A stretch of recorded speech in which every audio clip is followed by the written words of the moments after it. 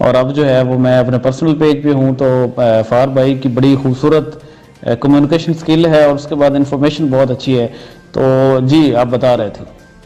अच्छा जी, तो कहते हैं जो सुपरवाइजर कहता है वही ऑलमोस्ट हो जाता है। और डॉक्यूमेंट जो है, आप किसी भी इवन चाइना में अप्लाई कर रहे होते हो या किसी और में, उनमें थोड़ी बहुत डिफरेंस होता है, लेकिन ऑलमोस्ट डॉक्यूमेंट भी वही स्टार्ट होते हैं, वही एंड होते हैं कि आपकी वो मैट्रिक से लेकर जब जहां तक कि हायर एजुकेशन है वहां तक आपको सारे डॉक्यूमेंट्स देने पड़ते हैं इनको। अच्छा, फिर उसके बाद क्या होता है, ये पहले आपसे स्कैन डॉक्यूमेंट्स ले लेते हैं, ठीक है। स्कैन डॉक्यूमेंट्स कहते हैं जी, ठीक है, आप उसी पे आपका एडमिशन होता है, स्कॉलरशिप उसी स्कैन डॉक्यूमेंट पे जो ऑनलाइन आप अप्लाई करते हैं उसी के थ्रू ही हो जाती है। लेकिन उसके बाद क्या होता है कि मोस्टली यूनिवर्सिटीज है वो एक यानी कि ये, क्योंकि ये अटेस्टेशन नहीं मांगते, इनका अटेस्टेशन करने का क्या तरीका है, ये कहते हैं आपने जिस यूनिवर्सिटी से डिग्री ली है। अब मेरी university arid agriculture university Rawalpindi से थी और दूसरी चाइना से थी। इन्होंने मुझे कहा कि आप अपनी यूनिवर्सिटी के एडमिन ब्लॉक से या इंटरनेशनल ऑफिस से आप हमें वो अपनी जो डिग्रीज हैं इनकी कॉपीज भेजो पोस्ट करके। तो उसका तरीका ये, आप अपने जाते हो यूनिवर्सिटी में, आप उनको अपना एडमिशन लेटर दिखाते हो और एडमिशन लेटर पे, क्योंकि ये चीजें जो है डॉक्यूमेंट्स मंगवाने का, ये आपके एडमिशन लेटर पे मेंशन होती हैं।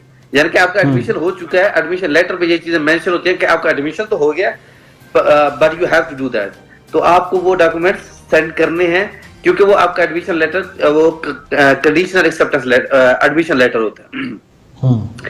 तो उसके लिए आप लोग क्या करते हो कि आप लोग जो भी स्टूडेंट्स हैं वो अपनी यूनिवर्सिटी जाकर तो उनसे रिक्वेस्ट कर सकते हैं कि जी ये मेरा एडमिशन लेटर है, तो काइंडली आप ये मेरी डिग्री और ट्रांसक्रिप्ट्स जो हैं वो ये भेज। लेकिन ये मोस्टली ट्रांसक्रिप्ट्स नहीं, डिग्री ही मांगते हैं। तो उसका क्या है, वो आपको फोटो कॉपी करके, आप उसको ओरिजिनल सेंड करने की जरूरत नहीं, आप फोटो कॉपी करें और उनको अटेस्ट कर लें, वो किसी भी गजेटेड ऑफिसर से या नोटरी पब्लिक से अटेस्ट करके आप उनको पोस्ट करें। अब जो पोस्ट करना है वो इस तरह करना है कि जो सेंडर हो वो आपकी यूनिवर्सिटी हो, आप नहीं।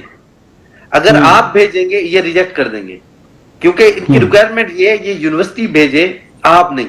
तो आप अपनी यूनिवर्सिटी से रिक्वेस्ट कर सकते हैं कि काइंडली हमारे लिए ये भेज दें। अगर तो वो यूनिवर्सिटी भेज दे, वेल एंड गुड। तो अदरवाइज आप क्या कर सकते हैं, आप उनको यूनिवर्सिटी में उनसे पैक करवा के, रजिस्ट्रार है जो भी पैक करवा के, उनसे कोई स्टैंप लगवा के, सिग्नेचर करवा के, आप उनसे कह दें कि यार हम आपका नाम लिखने लगे हैं और आपका एड्रेस लिखने लगे हैं, लेकिन हम सेंड खुद करने जा रहे हैं, हम अपना नहीं लिख सकते क्योंकि रिक्वायरमेंट ऐसी है।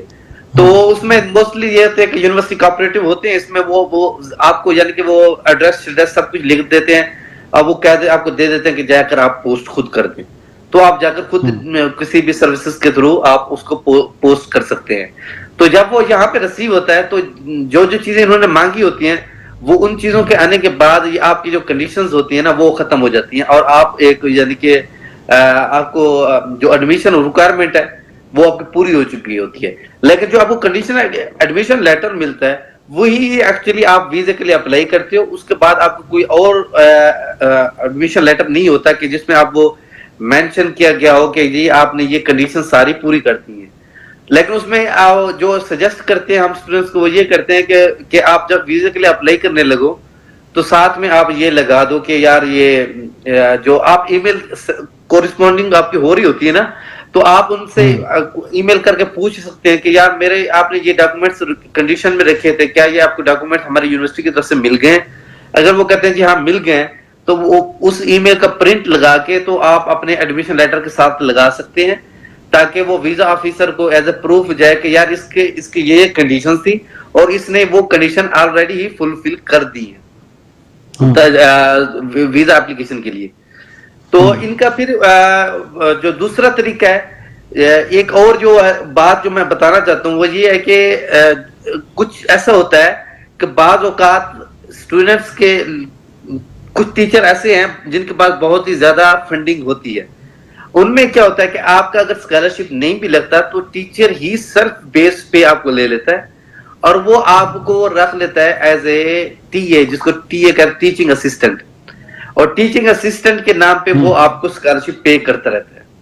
अब जो इन कंट्रीज में जो स्कॉलरशिप का सिलसिला है वो थोड़ा सा डिफरेंट है दूसरे कंट्रीज से, वो ये डिफरेंस है। जैसे चाइना में है, चाइना में ये अब स्कॉलरशिप आपका हो जाए, और जो हम एक मेंटली तौर पर जिसको स्कॉलरशिप समझते हैं वो ये होता है कि जी आप फुली फंडेड स्कॉलरशिप है।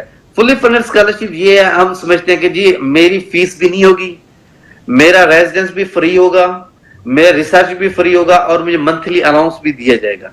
ये एक चाइना में ही होता है, आप रेजिडेंस भी फ्री, यूनिवर्सिटी फीस भी फ्री, रिसर्च भी फ्री, और मंथली अलाउंस भी दिया जाता है। लेकिन इन कंट्रीज में थोड़ा डिफरेंट सिस्टम है, मोस्टली कनाडा में। यहाँ पे क्या होता है, यहाँ पे आपको स्कॉलरशिप तो मिलती है, लेकिन यू हैव टू पे fees, university fees, residence fees, और वो सारी चीजें आपको पे करनी पड़ती हैं। लेकिन स्कॉलरशिप आपको जो अमाउंट मिल रहा होता है वो ज्यादा मिलता है, और वो इतना होता है कि आप अपना आसानी से यूनिवर्सिटी फीस भी दे सकते हैं, आसानी से अपना रेजिडेंस भी कर सकते हैं, और लिविंग अलाउंस भी से आप उसी से निकाल सकते हैं। लेकिन यूनिवर्सिटी आपको पे कर देती है, और फिर ये आपने खुद ही अपनी अरेंजमेंट करनी होती है कि यार इतनी मैंने फीस देनी है, इतना मैंने वो देना है, रेजिडेंस के लिए देना है, इतना ये देना है, और इतना ही मैं खर्च कर सकता हूँ। यानी कि आपको खुद अरेंजमेंट खुद अपनी करनी पड़ती है उसी बेस पे। लेकिन आपको यानी कि कहने का मतलब ये है कि पैसा इतना मिलता है कि आप वाकई फिर भी फुली फंडेड। अब मैं यहाँ पे जो मेरा स्कॉलरशिप है, उस स्कॉलरशिप मेरी आराम से यूनिवर्सिटी फीस भी आती है, आराम से मेरी उसमें रेजिडेंस फीस भी हो जाती है, और आराम से लिविंग अलाउंस भी होता है, तो यानी कि फुली फंडेड है। तो यहाँ पे आपको फीस पे करनी पड़ती है, लेकिन उस फीस की अमाउंट आपको पे कर दी जाती है एडवांस में, आपने फिर वो लेके यूनिवर्सिटी को पे कर देना है। ये है यहाँ पे जी जो कनाडा में इसका कहते हैं सिस्टम है एडमिशन का। तो इसके अलावा अगर ऑस्ट्रेलिया की बात करें, वहां पे भी ऑलमोस्ट सेम ही प्रोसेस है जो मैंने कनाडा के लिए बताया, और जो टीचर सर्च करने का तरीका वो भी वही, और ईमेल का तरीका भी वही। अच्छा, ये ईमेल नईम ने पूछा है कि फीमेल के लिए कितना सिक्योर होता है अगर स्कॉलरशिप वहां से लिया जाए? फीमेल अकेला नईम, या किसी हस्बैंड के साथ, या कोई मतलब किस तरीके से पूछना चाह रहे हैं आप? फीमेल के लिए कितनी सिक्योरिटी होती है जी वहां पे रहने के लिए, क्या मतलब? नहीं, अगर हम चाइना की बात करें और कनाडा की बात करें, अगर क्योंकि चाइना में मैं खुद रहा हूँ, कनाडा में मैं खुद रह रहा हूँ, मैं कहता हूँ इन कंट्री से ज्यादा सिक्योर कंट्री कोई है ही नहीं। आप कोई सोच ही नहीं सकते कि कुछ भी ऐसा कुछ हो सकता है। नहीं नहीं नहीं, इवन आप अगर मैं वेस्टर्न कंट्रीज की बात करूं, कनाडा की बात करूं, आप किसी को कोई बात भी नहीं कर सकते। लेकिन अगर हम स्कॉलरशिप अपॉर्चुनिटीज की बात करें मेल एंड फीमेल के दरमियान डिफरेंस पे, तो इसमें एज सच कोई डिफरेंस नहीं होता। जो एलिजिबिलिटी है, जो क्राइटेरिया है, जो चांसेस मेल के लिए हैं वही फीमेल के लिए, उनमें वो ये कोई भी डिफरेंस नहीं रखते। इसमें ये नहीं जाते कि भाई मे बी ये फीमेल है तो इतना काम नहीं कर सकेगी, या मेल है तो ये ज्यादा काम करेगा, वो नहीं।